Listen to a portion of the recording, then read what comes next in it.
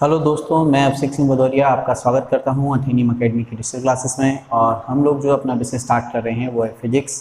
और मैंने जैसा कि पहले लेक्चर में आपको बताया है कि हम लोग अभी जो ये वीडियो बना रहे हैं वो क्लासेस आर्मी एग्ज़ाम्स के लिए बना रहे हैं। आर्मी का एग्ज़ाम 31 मई से स्टार्ट है और आर्मी एग्ज़ाम्स के पर्पज़ से ही हम अभी फिजिक्स को लेके चल रहे हैं। फिजिक्स में हम क्वेश्चंस भी करेंगे, इसमें न्यूमेरिकल भी बताएंगे। आर्मी एग्ज़ाम्स के लिए मोस्ट इंपॉर्टेंट है, टेक्निकल और जीडी सभी के लिए। तो हम लोग समय ख़राब करते ना हुए अपना एग्ज़ाम्स के लेवल से स्टार्ट करते हैं अपना विषय, और वो विषय है हमारा फिजिक्स।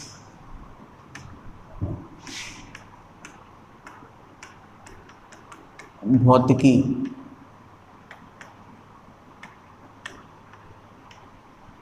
तो हम लोगों ने पिछली क्लास में, प्रीवियस क्लास में ये पढ़ा था कि मापन की समस्या का समाधान करने के लिए मात्रकों का निर्माण किया गया, ठीक है। और मापन क्या होता है? मात्रक जितनी बार शामिल किए जाएं, जितनी बार शामिल किए जाएं वही उस वस्तु का मापन कहलाता है, ठीक है। वही क्या कहलाता है? उस वस्तु का मापन कहलाता है। फॉर एग्जाम्पल 10 kg, तो किलोग्राम को हमने कितनी बार शामिल किया? संख्या में क्या दिया है? 10, ठीक है। यानी संख्या में हमें कितना दिया है? 10, है ना। और kg यानी कि ये है हमारा क्या? मात्रक। क्लियर है? ठीक है। तो मात्रक जितनी बार शामिल किए जाएं वही उस वस्तु का। तो आपसे अगर मैंने बोल दिया कि कितना लीटर दूध है तो आप बोलेंगे 10 kg। तो 10 kg क्या है? संख्या है, और kg आपका क्या है? यहाँ पर मात्रक है। तो संख्या प्लस मात्रक, और साथ में अगर दिशा हो और दिशा ना हो, यानी सिर्फ आपकी संख्या प्लस मात्रक हो, तो वो भी मापन होता है और ये भी मापन होता है। इन दोनों में अंतर क्या हो जाता है? अगर दिशा हो तो वो सदिश आपका मापन है, और अगर संख्या और मात्रक अकेला हो तो वो आपका मापन अदिश है, उसमें दिशा नहीं है। आगे बात करेंगे हम लोग सदिश सदिश राशि की। अभी जनरली हमने जो प्रीवियस पढ़ा था मापन के बारे में समझा। फिर मैंने ये बताया था आपको कि 1971 में हम लोग ने अंतरराष्ट्रीय मात्रक प्रणाली का निर्माण किया था, जिसे एसआई यूनिट के नाम से जानते हैं। इनके अलावा 3 और मात्रक प्रणालियाँ प्रचलित हैं, सीजीएस, एमकेएस, एफपीएस। ये मात्रक प्रणालियाँ 4 प्रकार की होती हैं जो वर्तमान समय में विश्व में प्रख्यात हैं। इनके प्रचलन से कार्य होता है, लेकिन अंतरराष्ट्रीय लेन देन के लिए एसआई यूनिट का यूज़ किया जाता है। क्लियर है सभी को? चलो, अब इसके बाद हम आगे चलते हैं। अब बात करते हैं कि 1971 से हम लोग स्टार्ट कर देते हैं। तो 1971 में क्या किया गया था? हम ये कह सकते हैं कि अंतरराष्ट्रीय मात्रक प्रणाली, यानी कि इसको हम शॉर्ट फॉर्म में बोलते हैं एसआई यूनिट का निर्माण किया गया था। तो एसआई यूनिट जो बनाई गई थी, इसमें 2 प्रकार के हम ये कह सकते हैं मात्रक बनाए गए थे, जिनमें से 2 प्रकार के मात्रक जो हैं, एक बनाए गए थे आपके मूल मात्रक और एक बनाए गए थे आपके व्युत्पन्न मात्रक, यानी fundamental units and derived unit, ठीक है। व्युत्पन्न मात्रक, मूल मात्रक को ही बोलते हैं हम लोग फंडामेंटल यूनिट, और व्युत्पन्न मात्रक को ही बोलते हैं हम लोग ड्राइव्ड यूनिट्स, ठीक है। अब इनके बाद हम बात करते हैं कि आपने एक और सुना होगा जिन्हें हम बोलते हैं कॉम्प्लीमेंट्री यूनिट्स, यानी कि संपूरक मात्रक। मूल मात्रक जब बनाए गए थे तभी ही इन मात्रकों को उसी मीटिंग में, उसी सम्मेलन में जोड़ा गया था। लेकिन जैसे हम लोगों के एग्जाम में कॉपी फुल हो जाती है तो हम अनदर क्वेश्चंस को सॉल्व करने के लिए क्या करते हैं? एक सप्लीमेंट्री कॉपी लेते हैं। उसी तरीके से इन यूनिट्स के बनने के बाद में जो मूल मात्रक बनाए गए, यानी फंडामेंटल यूनिट्स बनने के बाद उसी सभा में लगा कि दो और इम्पोर्टेंट हमारे यूनिट्स छूट गई हैं, तो उन्हें जोड़ा गया, तो इसलिए उन्हें कॉम्प्लीमेंट्री या संपूरक मात्रक, कॉम्प्लीमेंट्री यूनिट या संपूरक मात्रक कहते हैं। क्लियर। अब हम बात करते हैं कि जब 1971 में ऐसे यूनिट बनाई गई थी, इसमें मूल मात्रक और व्युत्पन्न मात्रक बनाए गए थे, तो मूल मात्रकों की संख्या उसमें बनाई गई थी 7, ठीक है। व्युत्पन्न मात्रकों की संख्या उस समय बनाई गई थी हम ये कह सकते हैं 45 के अक्रॉस, ठीक है।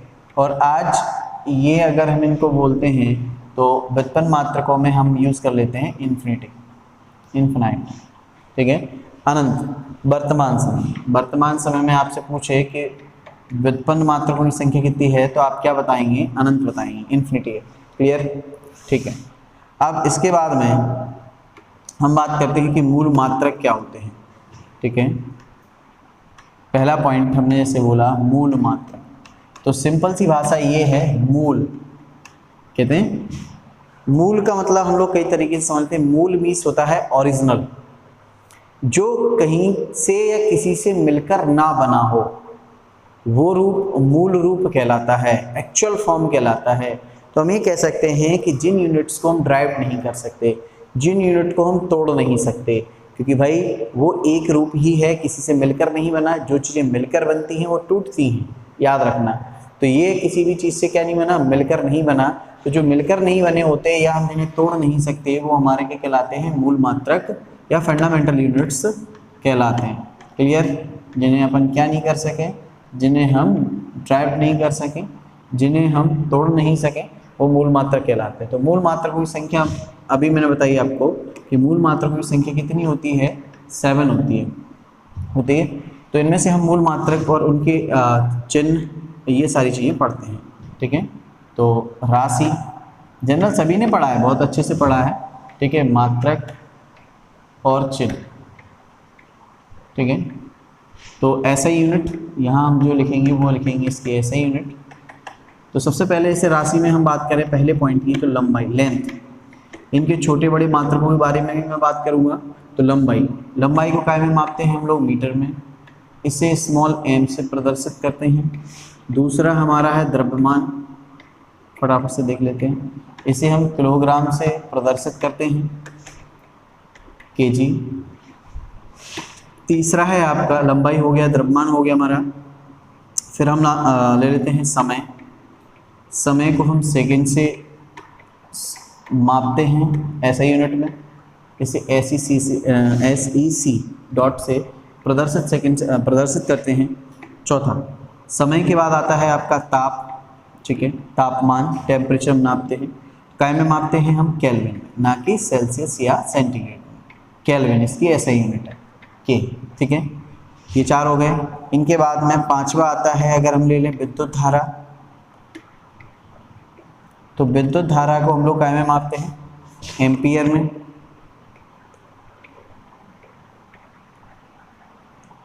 ठीक है। इसके बाद में आता है आपका विद्युत धारा हो गया। विद्युत धारा के बाद हम बात करते हैं पदार्थ के परमाणु की। पदार्थ का परमाणु, मॉलिक्यूलर वेट, परिमाण, ठीक है। इसे हम काय में मापते हैं? मोल में। वैसे काय से प्रदर्शित करते हैं? मोल से, MOL, ठीक है। 7वां आपका पॉइंट, मैंने बोला कि सही यूनिट अपनी कितनी है? 7। 1 2 3 4 5 ये हो गई, ठीक। 6वां ये हो गया। 7वां हम लेते हैं ज्योति तीव्रता, यानी किसी वस्तु के चमकने की क्षमता, कैंडला पावर कहलाती है, ठीक है। और हम इसको जो इसका ऐसा यूनिट है, ये ज़्यादातर याद करने वाला है, अपने आर्मी एग्जाम के लेवल से ये इंपॉर्टेंट क्वेश्चंस भी है, याद रखना। कैंडला, ठीक है, ज्योति तीव्रता। तो कैंडला का ऐसे ही मात्रक, ज्योति तीव्रता का ऐसे मात्रक कैंडला है, इसे हम CD से प्रदर्शित करते हैं। क्लियर, ये हो गए हमारे 7 मूल मात्रक, यानी कि वे मात्रक जिनका हम खंडन नहीं कर सकते। क्लियर, ठीक है। स्क्रीनशॉट ले सकते हैं, सभी के पास लिखा हुआ है, लेने की ज़रूरत नहीं है, बट ले लो, इसे पढ़ो तो याद रहे कि ये चीज़ याद करनी है। छोटी छोटी चीज़ें हैं, छोटे छोटे एग्जाम्स के लिए ज़रूरी है कि हम जब ड्राइव करें, इनको बना सकें। ड्राइव्ड यूनिट्स को हमें ध्यान देना है। और आपके एग्ज़ाम में एक यूनिट पूछ ही ली जाती है, तो आपको अच्छी तरीके से यूनिट्स याद करनी ही करनी है, यहाँ पे अच्छे तरीके से ध्यान रखें। अब क्या हुआ, मैंने बताया कि मूल मात्रकों के बाद 2 यूनिट थी वो बाद में जोड़ी गई, जिन्हें हम संपूरक मात्रक कह देते हैं, ठीक है। अब कॉम्प्लीमेंट्री यूनिट्स की अगर हम बात करें तो कॉम्प्लीमेंट्री यूनिट्स में हमारा क्या आता है, तो कॉम्प्लीमेंट्री यूनिट्स में 2 आते हैं।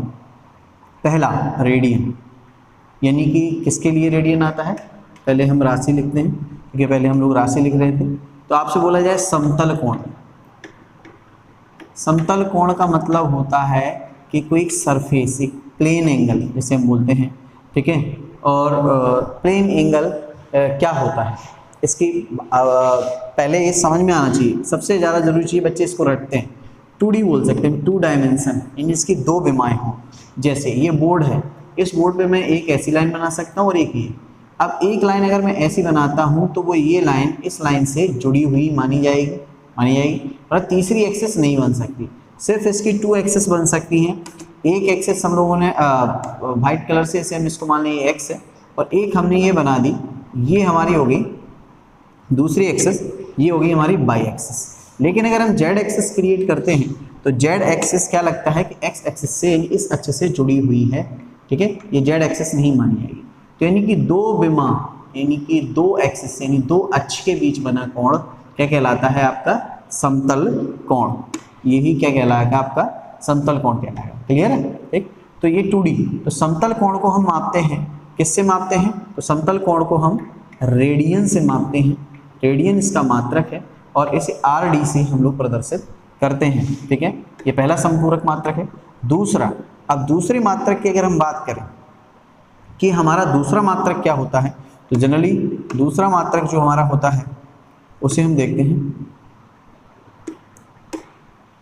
दूसरा मात्रक है हमारा, हाँ, समतल कोण हो गया। अब बात करते हैं हम लोग घन कोण की, ठीक है।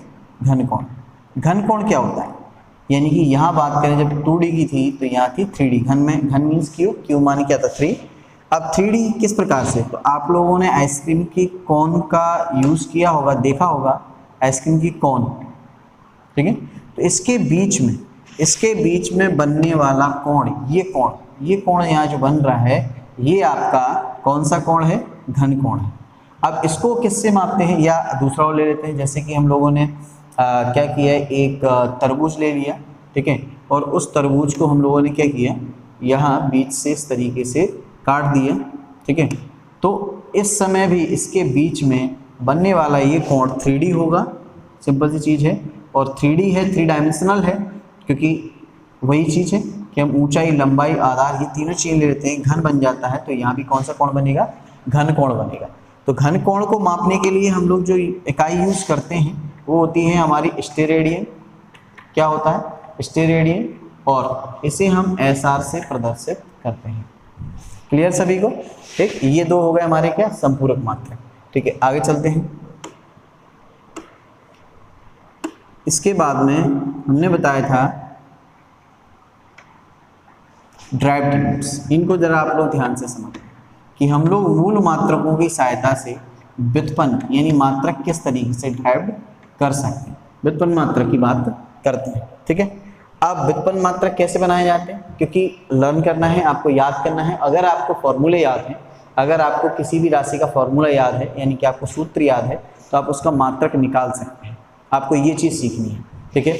तो देखें किस तरीके से हम किसी का भी मात्रक निकाल सकते हैं, ड्राइव कर सकते हैं। जैसे कि पहला एग्जाम्पल लेते हैं हम लोग, चाल, स्पीड। तो चाल बराबर क्या होता है, जरा मुझे कोई बताएगा। चाल बराबर होता है दूरी बटे में समय। क्लियर, जनरल में कुछ ही बताऊंगा और आप उस तरीके से निकाल पाएंगे। फिर एक पूरा लेक्चर सिर्फ ड्राइव यूनिट के लिए रहेगा, जहां हम लोग विभिन्न प्रकार के सभी मात्रकों की यूनिट को ड्राइव करेंगे। जनरल जो आज हमारे एग्जाम्स के लिए ज़रूरी है वो तो मैं ज़रूर अभी बताऊंगा आपको ड्राइव करके, और छोटे बड़े मात्रक के बारे में भी बताऊंगा, कौन सा मात्रक छोटा होता है, कौन सा बड़ा होता है, इनके बारे में भी हम अभी जस्ट चर्चा करते हैं। तो चाल बराबर दूरी बटे समय। दूरी यानी कि लंबाई, दूरी क्या होती है, लंबाई होती है किसी भी चीज़ को। जैसे मैंने बोला यहाँ से हम लोग ग्वालियर जाते हैं तो यहाँ से 80 किलोमीटर है, तो वो एक लंबाई, लेंथ है, सड़क की लेंथ को हमने मेजरमेंट किया। तो दूरी यानी लंबाई, लंबाई को हमने किससे मापा, मीटर से, और समय को हमने किससे मापने के लिए बोला था अभी आपको जस्ट मूल मात्रकों में सेकंड से, यानी इसका ऐसे ही मात्रक क्या हो गया मीटर पर सेकंड। ये हो गया, ये हमने हिंदी में लिखा और उसके चिन्ह में लिख दिया, तो ये निकल के आ गया। तो हमने मूल मात्रकों की सहायता से इसका मात्रक व्युत्पन्न किया, तो इसलिए किसके अंतर्गत आ गया, व्युत्पन्न मात्रक। किसी का भी बना सकते हैं। फॉर एग्जाम्पल किसी ने हमसे बोल दिया,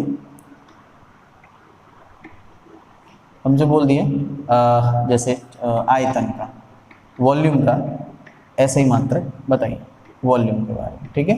तो वॉल्यूम का हम ऐसे यूनिट निकालते हैं, तो वॉल्यूम के ऐसे यूनिट निकालने के लिए हमें पहले इसका फॉर्मूला पता होना चाहिए। तो आयतन का फॉर्मूला क्या होता है, लंबाई गुणा में चौड़ाई गुणा में ऊंचाई, यही तो मात्रक होता है। लंबाई लेंथ मीटर, चौड़ाई मीटर, ऊंचाई भी मीटर, एम क्यू, ये होगी इसकी एसआई यूनिट, मीटर का क्यूब, ये इसका ऐसा ही मात्रक हो गया। समझ में आया जनरल कि कैसे हम किस तरीके से मात्रकों को व्युत्पन्न करते हैं, ठीक है। अगला देखें, और भी अपन निकालने की कोशिश करते हैं, जैसे एक्सेलरेशन, त्वरण, ठीक है।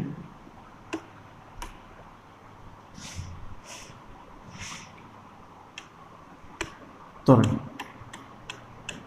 ठीक है, इसको एक्सेलरेशन बोलते हैं। अब त्वरण बराबर क्या होता है, तो हम कह सकते हैं वेग में परिवर्तन की दर को, यानी वेग बटे में समय। अब वेग स्पीड, यानी स्पीड को चाल बराबर क्या होता है, दूरी बटे समय, वेग बराबर क्या होता है, दूरी बटे समय। तो दूरी बटे समय का मात्रक क्या था, मीटर पर सेकंड, अभी जैसे इससे पहले बताया, आप बैक में जाके देख सकते हैं। और समय का भी क्या हो गया, सेकंड। तो सेकंड का सेकंड से क्या हो गया, गुणा, क्योंकि हमने इसको ऐसे लिखा। फिर से देख लेंगे,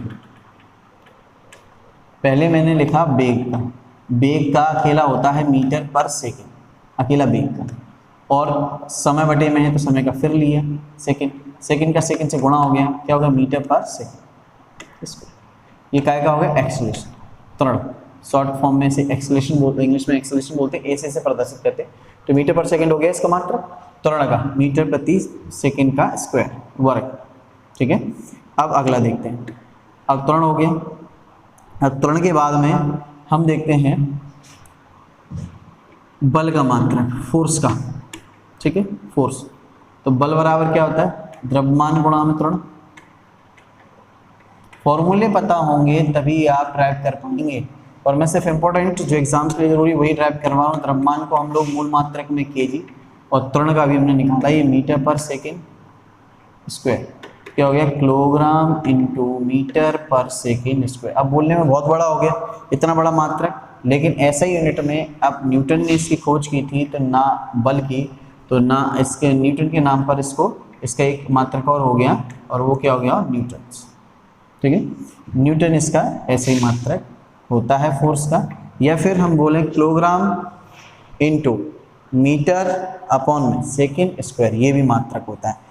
ये इसलिए जरूरी होता है जब आप विमाएं लिखते हैं, विमीय सूत्र, यानी इन्हें बोलते हैं डायमेंशन, वहाँ इनकी इंपॉर्टेंसी ज़्यादा हो जाती है। डायमेंशन भी आपके एग्जाम्स के लिए इंपॉर्टेंट है, तो डायमेंशन भी निकालना बताऊंगा, सारी चीज़ बताऊंगा जो आपके एग्जाम से ज़रूरी है, ठीक है, जो हमारे डिफेंस के एग्जाम से बहुत ज़्यादा ज़रूरी है। बल हो गया, ठीक है। अब हम निकाल लेते हैं जरा एक जनरल कार्य का ले लेते हैं। पांचवा हमने ले लिया कार्य का, यानी वर्क का। वर्क की बात कर लेते हैं अपन, ठीक है। अब कार्य बराबर क्या होता है, तो कार्य बराबर होता है, अगर पूछा जाए तो बल गुणा विस्थापन। मैंने क्या बोला, फॉर्मूला मोस्ट इंपॉर्टेंट है। आप अगर व्युत्पन्न मात्रक यानी उसका कोई मात्रक लिखना चाहते हो किसी भी राशि का, तो उसका फॉर्मूला हमें पता होना चाहिए, ठीक है। तो जनरली हमने पढ़ा कि बल गुणा विस्थापन क्या होता है, इसका ऐसा ही मात्रक होता है, ठीक है। तो जरा बना के देखें आप लोग, मैंने इतनी सारी चीज़ बता दी, बल का बता दिया, विस्थापन मतलब होता है दूरी। अभी जस्ट इसको क्लैरिफाई कर दूंगा, बस दूरी से ले लें आप इसका मात्रक, अगर नहीं बना पा रहे हो बनाने का प्रयास करें फटाफट से, ठीक है। चल अब बना लिया होगा। तो बल का हम लोगों ने क्या लिखा, न्यूटन, और विस्थापन दूरी होती है मीटर, क्या हो गया, न्यूटन मीटर, ठीक है। और बाकी का बल का जो दूसरा है तो उसको लगा दिया, अगर हम देखें तो KG into metre per second square multiply by metre, तो KG into metre square upon में सेकेंड स्क्वायर, ये मात्रक, क्लियर। और इसी को हम बोल देते हैं न्यूटन इन मीटर, या इसको बोल देते हैं जूल। क्या कह देते हैं? जूल। ये इतना बड़ा होने के कारण इसका भी शॉर्ट फॉर्म जूल कह दिया जाता है, न्यूटन इंटू मीटर। ठीक है, ये होगा। ये जनरल मात्रक थे जो हमने ड्राइव करके आपको बताए। मैंने क्या बोला, एक लेक्चर पूरा चला जाएगा अगर हम लोग मात्रक ड्राइव करेंगे और साथ में उनके विमीय सूत्र लिखेंगे। तो हमारा नेक्स्ट लेक्चर मोस्ट इंपोर्टेंट रहेगा, जहां हम आपको बहुत सारी यूनिट्स को ड्राइव करने के लिए बताएंगे और उनके विमीय सूत्र निकालना सिखाएंगे। सभी मोस्ट इंपोर्टेंट किनको आप कॉमन से पहचान सकते हो, ट्रिक वे में, सभी वे में।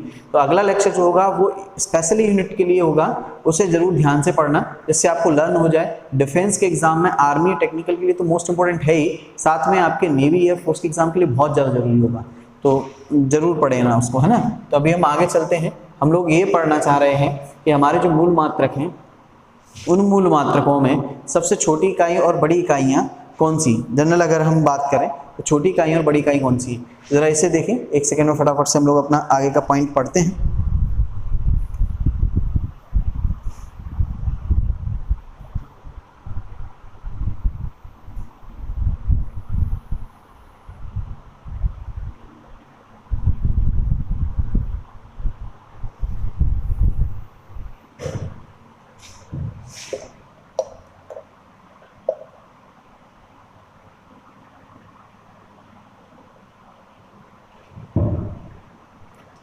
हाँ, तो हम लोग अपना अगला पॉइंट पे चलते हैं।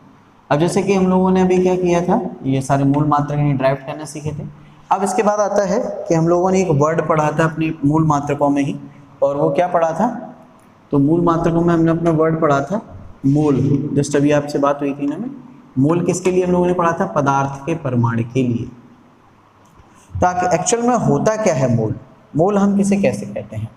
तो आपका जो कार्बन अणु होता है, उस कार्बन के अणु में 12 का भाग दें, यानी कार्बन के एक अणु के 12वें हिस्से के भार को मोल कहते हैं। यानी कि जो हम ये कहते हैं कि हमारा सबसे हल्का जो एक कण अणु बोला जाता है, एटम, सबसे हल्का अणु जिसको हम कहते हैं, कार्बन के अणु के 12वें हिस्से को क्या कहा जाता है, मोल कहा जाता है। और इसे एक संख्या में प्रदर्शित करते हैं कि एक मोल की वैल्यू क्या होती है। तो एवोगैड्रो नंबर से, एवोगैड्रो संख्या से इसका भार प्रदर्शित किया जाता है। तो 6.023 गुणा 10 की घात 23 एवोगैड्रो नंबर्स, एवोगैड्रो संख्या, ये वैल्यू होती है इसकी। और ये आपको याद रखनी है, ये आपका मोस्ट इंपोर्टेंट क्वेश्चन है कि एक मोल बराबर एवोगैड्रो संख्या से भार प्रदर्शित करते हैं। एक मोल बराबर, फिर से मैं यहाँ लिख देता हूँ, थोड़ा जल्दी में गलत लिख दिया है, एवोगैड्रो नंबर्स यानी संख्या। क्लियर, ये 6.023 इंटू 10⁻23। ठीक है, ये हो गया क्या, एक मोल की वैल्यू होगी। अब जनरल जो हमने मात्रक पढ़ लिए, मूल मात्रक पढ़ लिए, उनको अब ड्राइव कर रहे हैं, अब उनके बारे में पढ़ रहे हैं। ये सबसे पहला मात्रक हमने ये मोल के बारे में बता दिया क्योंकि इसके बारे में इतना ही था। अब हमने सबसे पहला मात्रक पढ़ा था जो, वो पढ़ा हमने लंबाई। आपने मूल मात्रक में सबसे पहला मात्रक कौन सा पढ़ा, लंबाई पढ़ा ना, लंबाई, लेंथ।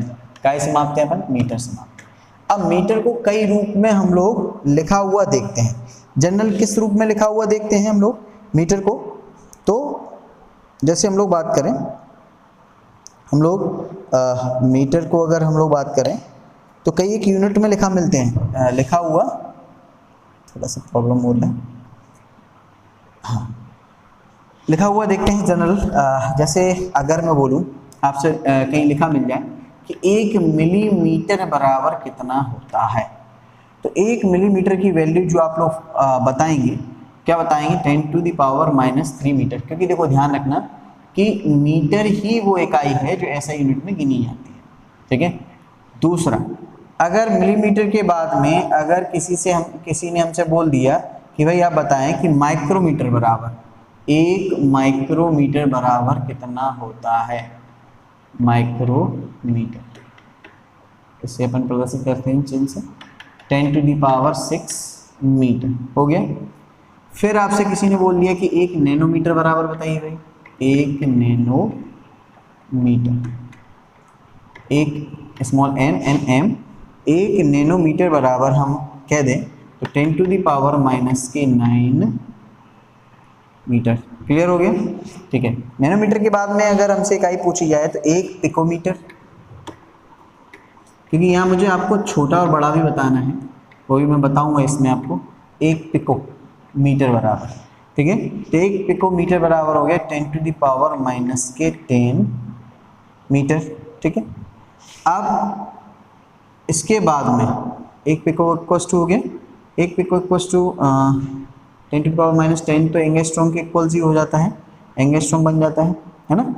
तो यहाँ क्या होगा, पिको में 10⁻⁻12 आ जाएगा, क्योंकि फिर हो जाएगा आपका इससे पहले, अगर ध्यान दें तो इससे पहले, इस मात्रक से पहले एक बड़ा होता है इसका, 1 एंगास्ट्रॉम, ए से प्रदर्शित करते हैं अपन इसको, इसकी वैल्यू होती है 10⁻⁻10 मीटर, 1 एंगस्ट्रॉम बराबर। ठीक है। और फिर आता है आपका इम्पोर्टेंट 1 फर्मी, एफ से प्रदर्शित करते हैं अपन इसको, 10⁻⁻15 मीटर, याद रखेंगे। ठीक है।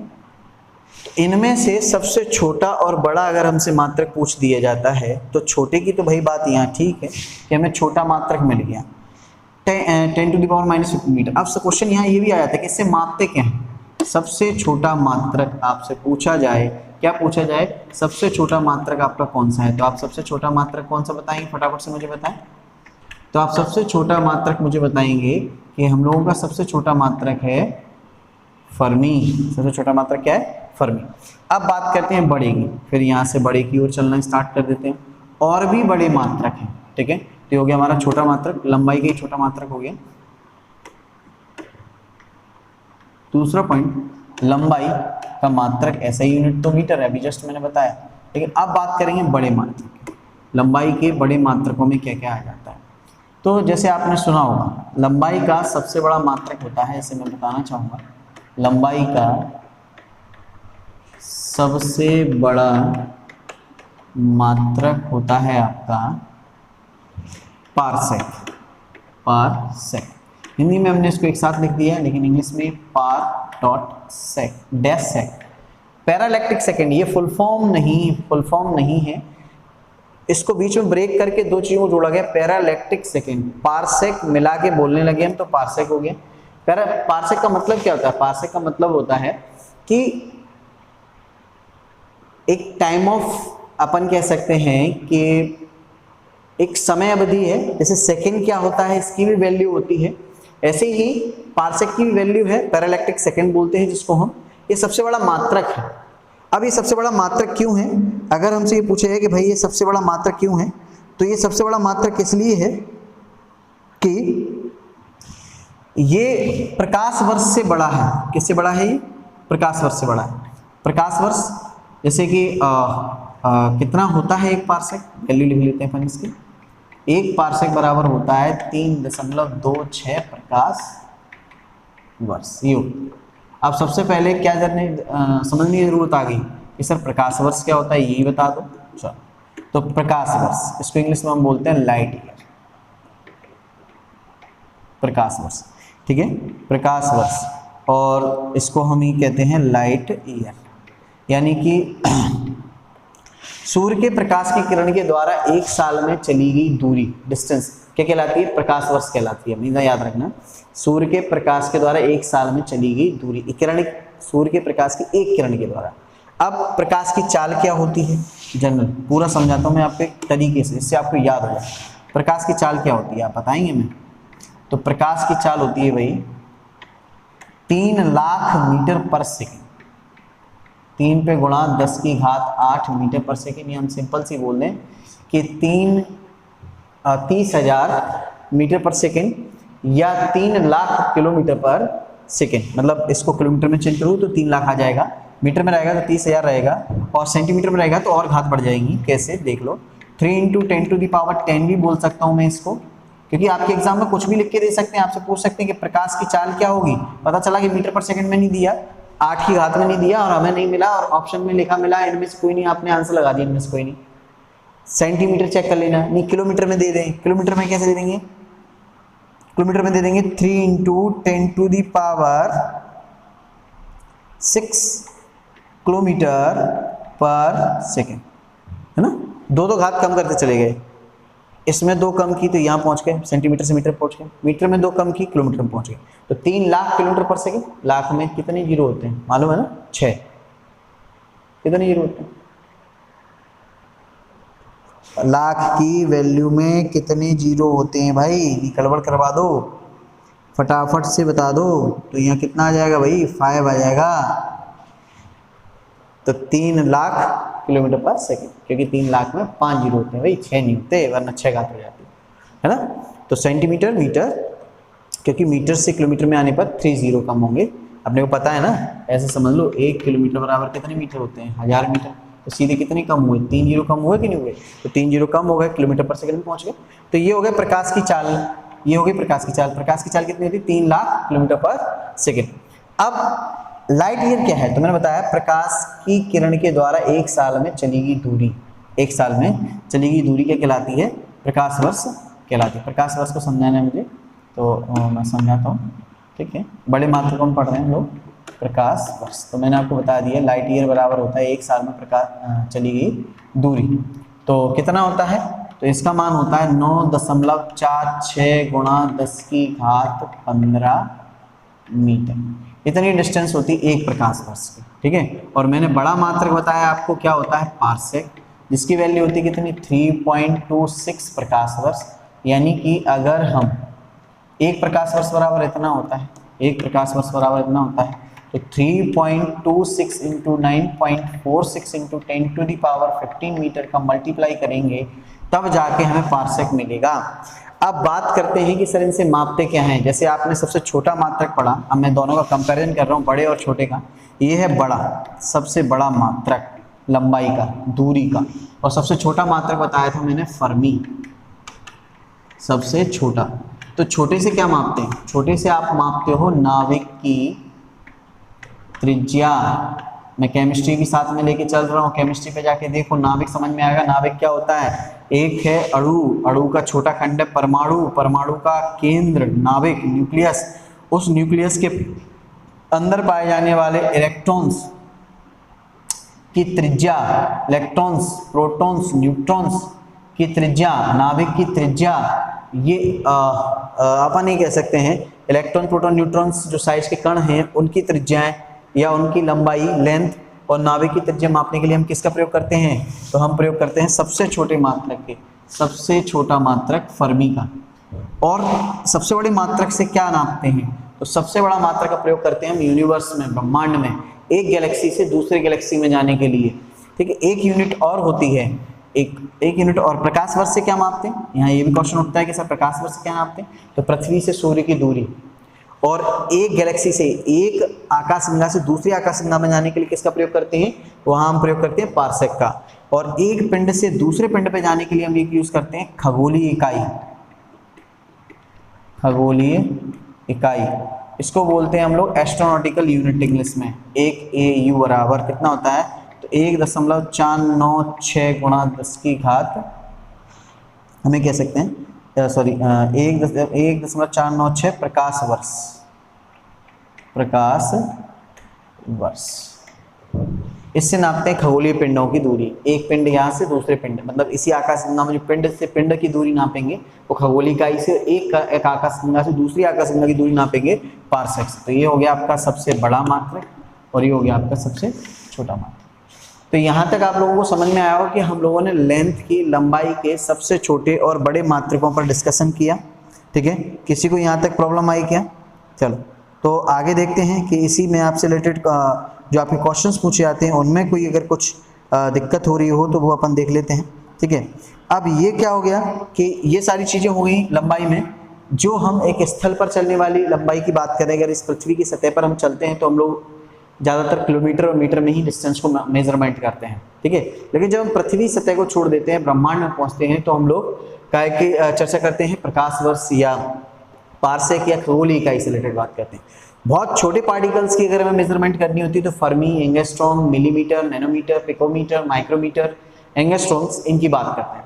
लेकिन जब हम समुद्र में चलते हैं, बात करें हम समुद्र की, जब हम समुद्र की गहराई में जाएं या समुद्र की लंबाई पर जाएं तो हम किस चीज़ को प्रयोग करते हैं, तो ये हमें ज़रा ध्यान देना है, ठीक है, कि सबसे पहली चीज़ तो ये है कि हम समुद्र में क्या इसी इकाई का प्रयोग करते हैं लंबाई मापने के लिए।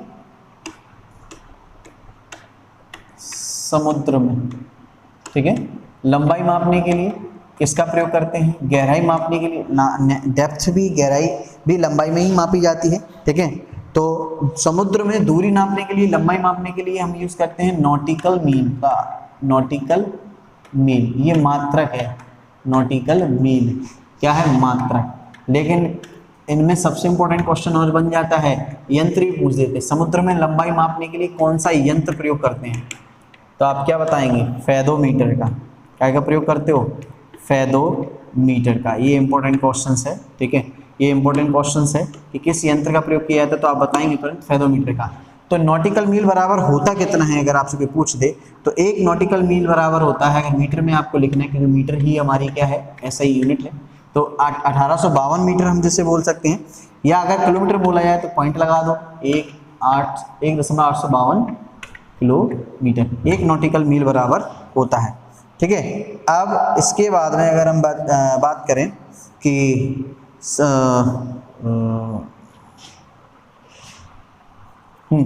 थोड़ा सा मिस हुआ है कुछ, लंबाई का यंत्र नहीं फेदोमीटर, गहराई का है। किसका है ये, गहराई का है, क्योंकि गहराई मापते हैं तो गहराई मापने के लिए, समुद्र में गहराई मापने के लिए किस यूनिट का प्रयोग करते हैं, फैदम का। किसका प्रयोग किया जाता है, फैदम का यूज़ किया जाता है, ठीक है। गहराई मापने के लिए किसका यूज़ किया जाता है, फैदम का यूज़ किया जाता है।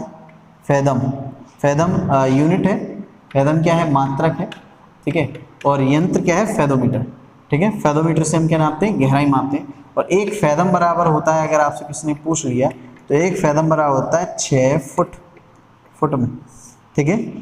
फेदोमीटर की सहायता से क्या किया जाता है, फेदोमीटर की सहायता से गहराई को मापा जाता है, ठीक है। और दूसरी चीज़ अगर आपसे बोल दिया जाए कि हमारा जो एक और क्वेश्चन आता है यहाँ से रिलेटेड, क्योंकि हम लोग लंबाई की मात्रक की बात कर रहे हैं, जो क्वेश्चंस हमारे डिफेंस में ज़्यादातर पूछे जाते हैं सिर्फ उन्हीं पर चर्चा चल रही है, तो हम सिर्फ मीटर के सारे क्वेश्चन जो बनते हैं उन सभी पे चर्चा कर रहे हैं वन बाई वन।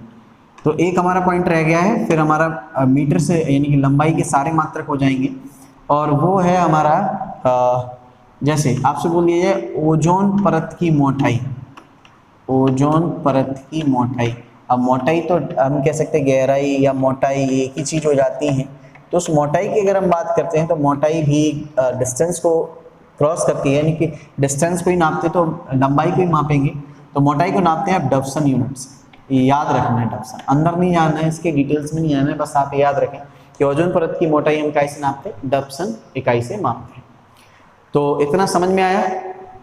यहाँ हमने पढ़ा कि मात्रक कौन कौन से होते हैं, ठीक है। लंबाई के मात्रक सभी को एक्सप्लोर करना स्टार्ट किया, मोल क्या होता है, मोल किसे कहते हैं, और लंबाई के छोटे बड़े मात्रक क्या हैं। इसके बाद द्रव्यमान के, तापमान के, ठीक है, इन सभी के छोटे बड़े मात्रक के साथ में और बहुत सारी राशियों की यूनिट्स और उनकी डायमेंशन यानी बिमी सूत्र और मात्रक निकालना आपको सिखाएंगे। जहाँ कुछ क्वेश्चंस ये पूछ लिए जाते हैं कि इस मात्रक ऐसा मात्रक कौन सा है, ठीक है, ये भी पूछ लिया जाता है। तो मिलते हैं हम लोग अपनी नेक्स्ट क्लास में, जहाँ हम लोग पढ़ेंगे एक पूरा टॉपिक हमारा रहेगा सिर्फ यूनिट निकालने के लिए, ड्राइव करने के लिए, बिमी सूत्रों के लिए, इन सभी के लिए, ठीक है। मिलते हैं नेक्स्ट क्लास में।